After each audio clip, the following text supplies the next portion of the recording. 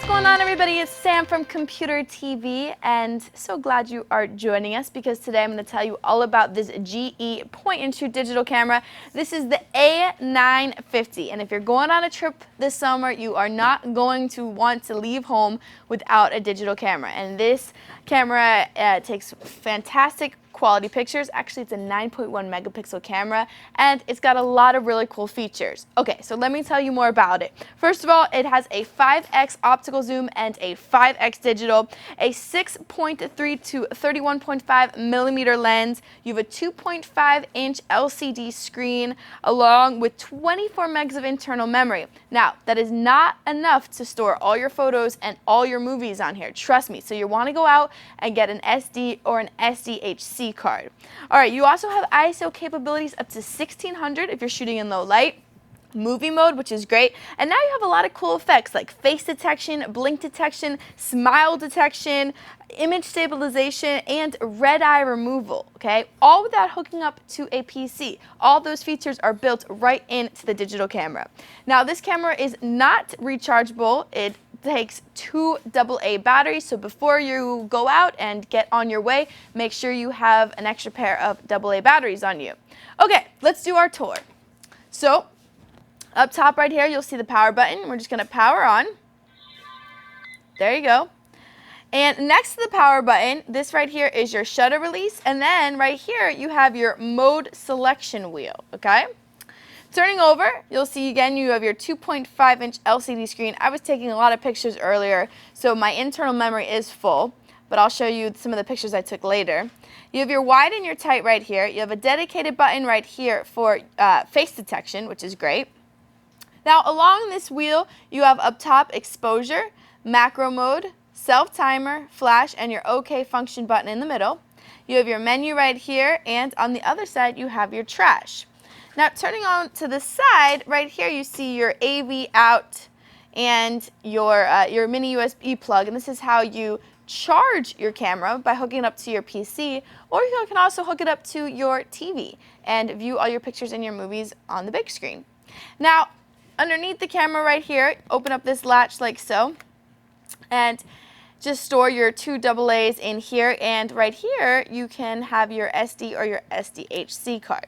Now, if you are like a crazy picture taker, you don't want to miss a shot, every moment you have to have recorded, I do suggest getting an SDHC, which stands for high capacity card, so you never have to delete ever again, okay? So let's power back on.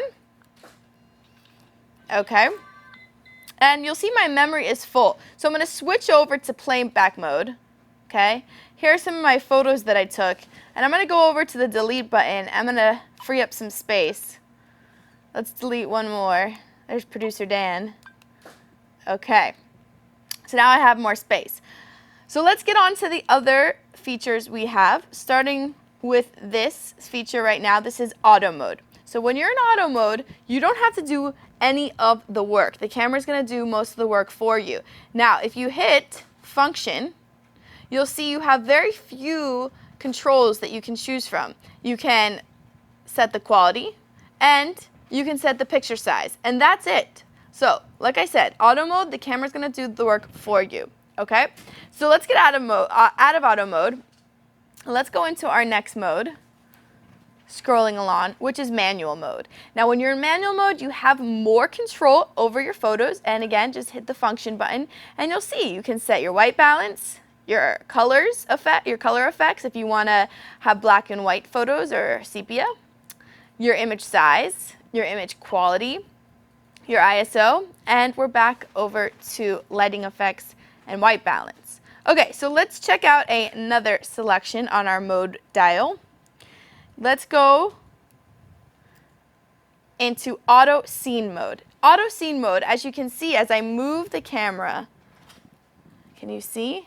Well, basically what auto scene mode does is it detects, there you go, you see it right now, it detects what scene you are in and automatically sets it on the camera. So you don't have to guess, oh, should I be in macro mode or should I be in ISO 1600? The camera is going to detect that for you. Okay, let's go on to our next mode, which is actually one of my favorites, is panorama mode, also known as stitch mode. So what you do in this mode is you take 3 shots and the camera automatically stitches them together. So you can make sure to get the full view and remember exactly where you are. This is great if you're taking any trips with a lot of scenery. Can you see me? Yes, you can. Okay, let's go on to our next mode, which is scene mode. Now, scene mode is not auto scene mode. You actually have to choose the scene for yourself. And you have a lot of different options to choose from. Actually, you have 12 scenes in total, starting with sports, which is for fast-moving objects, indoors, snow, fireworks, and this is going to make sure the shutter speed is slower than normal, so you'll actually get to see all those bright colors and you won't miss a shot. For museums, this is great because it turns off the flash. Night scenes, and if we go over, you'll see you have kids and pets, plants, sunsets.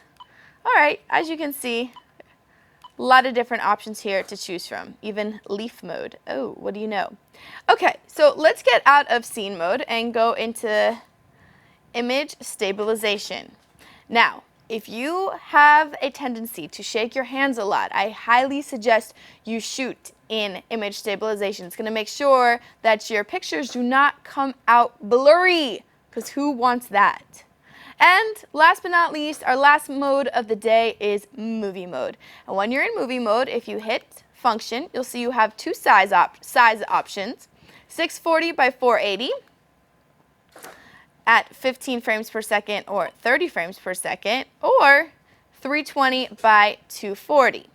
Now, if you are taking movies just to upload onto the web and show your friends, I suggest shooting in 320 by 240 because it will reduce your uploading time. However, you also have the 640 by 480 option. So, once you have shot all of your photos and taken all your movies and you get back from your trip, don't keep them just on your digital camera. Go into playback mode, like so. Select the ones you want and upload them to Facebook. Make sure your friends see them. These are some of the shots we took earlier in the studio. And you can do some instant editing. If you hit the function, you actually have to go into menu. And you'll see, as we go through, you can protect, delete, trim, resize, rotate, create a slideshow, and red eye removal. You know, people with light eyes, they tend to get red eye a lot. Well, you don't have to worry about that with this GE. Okay, so there you have it. This is the GE A950 point and shoot digital camera. It's affordable and it's really easy to use. So check it out. Thank you guys for watching. I'm Sam, and we'll see you next time. For more information on the GE A950 digital camera, just visit any of these major retailers and type in G481100 into the search box. For Computer TV, I'm Sam.